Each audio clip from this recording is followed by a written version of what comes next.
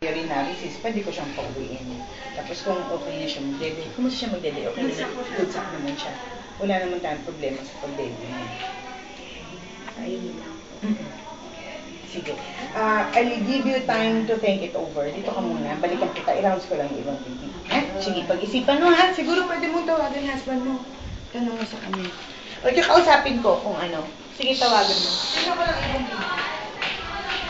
Ano gusto mo? Ibang baby na lang. Doon na natin. Sige, ya.